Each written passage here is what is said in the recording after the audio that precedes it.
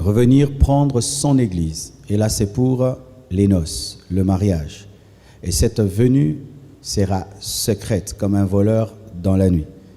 Et lorsqu'il prendra son église, les morts, premièrement en Christ, ceux qui sont morts dans la foi, ressusciteront et obtiendront des corps glorieux, capables de vaincre les lois de la pesanteur. Et les vivants seront transformés. Pour ceux qui ne savent pas, il y a des hommes qui ne connaîtront jamais la mort. Qui sont ces hommes? Ce sont les hommes qui seront trouvés vivants en Christ le jour de l'enlèvement. Eux, qu'est-ce qui va leur arriver? Ils ne vont pas mourir, mais le corps corruptible revêtira l'incorruptibilité, le corps mortel revêtira l'immortalité. Et par la puissance du Saint-Esprit, ils seront enlevés dans les airs vers Jésus-Christ. On appelle cela la venue secrète de Jésus. Mais il y a aussi la venue de Jésus-Christ publique. C'est lorsqu'il reviendra avec l'Église à la bataille de l'Armageddon afin de détruire l'armée de l'Antichrist, établir le millénium et mettre fin à la grande tribulation, mettre fin à l'imposition de la marque de la bête. Mais lorsque je parle de l'enlèvement, je parle de la seconde venue de Jésus-Christ après sa venue comme agneau, sa venue comme époux dans le secret. Et cette venue est importante pour l'Église parce que c'est seulement l'Église qui sera enlevée comme c'est seulement la fiancée qui est épousée. Le monde ne sera pas enlevé, les païens ne seront pas enlevés, les chrétiens charnels ne seront pas enlevés, seulement l'Église, selon 1 Thessaloniciens 4, verset 16. J'aimerais lire cela. 1 Thessaloniciens 4, verset 16. La Bible dit ceci, « Car le Seigneur lui-même a un signal donné, à la voix d'un archange et au son de la trompette de Dieu, descendra du ciel, et les morts en Christ ressusciteront. Premièrement, ensuite, nous les vivants qui serons restés, nous serons tous ensemble enlevés. Le terme enlevé vient de Paul, enlevés avec eux sur des nuées à la rencontre du Seigneur dans les airs, et ainsi nous serons toujours avec le Seigneur. Et il dit, consolez-vous donc les uns les autres par ces paroles. C'est-à-dire que lorsque on prêche l'enlèvement, l'Église doit être consolée. Mais ce n'est pas normal qu'on prêche sur l'enlèvement, les chrétiens ont peur, ils ne veulent pas que ça arrive. Dans l'Église primitive, lorsqu'on voulait consoler un chrétien, on lui parlait de l'enlèvement. Mais aujourd'hui, si tu veux rendre triste un chrétien, parle-lui de l'enlèvement. Mais en ce temps-là, quand tu veux consoler un chrétien, tu lui parles de l'enlèvement. Vraiment, ça prouve à quel point l'Église d'aujourd'hui est apostate. L'Église d'aujourd'hui est devenue mondaine, distraite et a perdu le vrai amour de son Seigneur. Alors, le thème, c'est 7 principes pour être enlevé. C'est-à-dire comment être enlevé, comment y parvenir. Je veux être enlevé, je fais comment? Alors, au travers de ce message, je veux t'aider par la grâce de Dieu à être enlevé. Alléluia. Premièrement, pour être enlevé, il faut être en Christ. C'est la foi qui nous fait entrer dans l'Église. Il faut que tu sois en Christ, que tu croies en Jésus pour que tu sois enlevé. Si tu veux entrer dans l'Église, devenir l'épouse de Christ, il faut que tu croies en Christ, la foi. Selon 1 Thessaloniciens 4, verset 16, on dit « les morts en Christ ». Et nous qui serons vivants, qui? En Christ, la foi, la folie. C'est-à-dire tu crois en un Jésus que tu n'as jamais vu, tu crois que son sang te lave, mais tu ne l'as jamais vu, tu lui donnes ta vie, mais tu ne l'as jamais vu.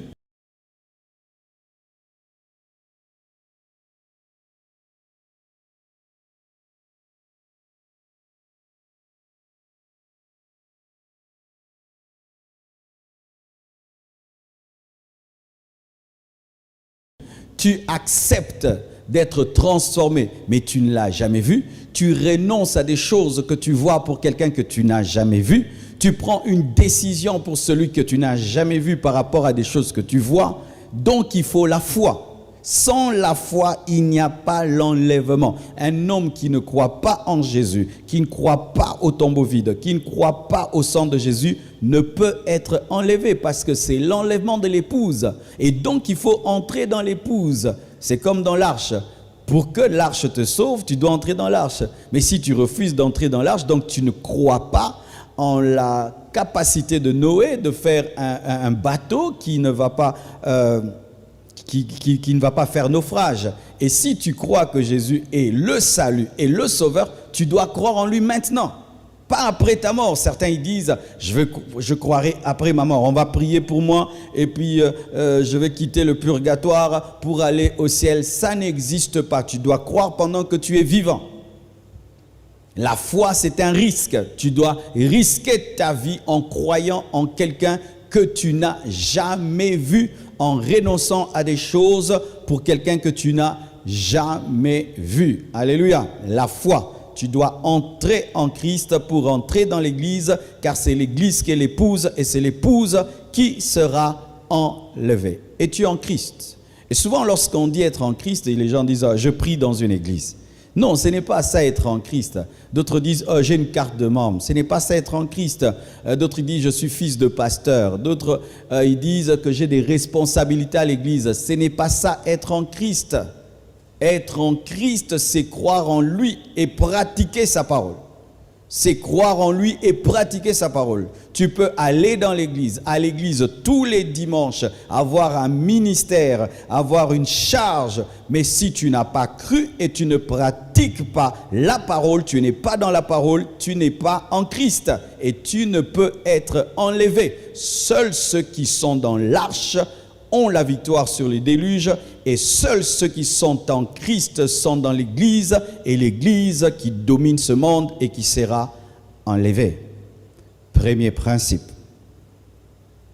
Tous les autres dépendent de ce premier principe. Si déjà à ce niveau-là, tu ne crois pas en Jésus, tout ce que je dirai ne sert à rien parce que c'est sur la foi que Dieu bâtit le reste. C'est sur la repentance que Dieu bâtit le reste. Je ne vais pas te dire de prier alors que tu ne crois pas. Je ne vais pas te dire de te sanctifier alors que tu ne crois pas. Je ne vais pas te dire de jeûner alors que tu ne crois pas. Tout commence par la nouvelle naissance et par la conversion.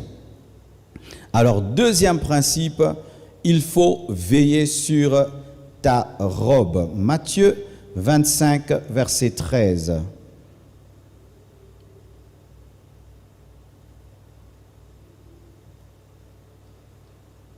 Matthieu 25, verset 13, la Bible dit « Veillez donc, puisque vous ne savez ni le jour ni l'heure. » Il faut veiller sur sa robe.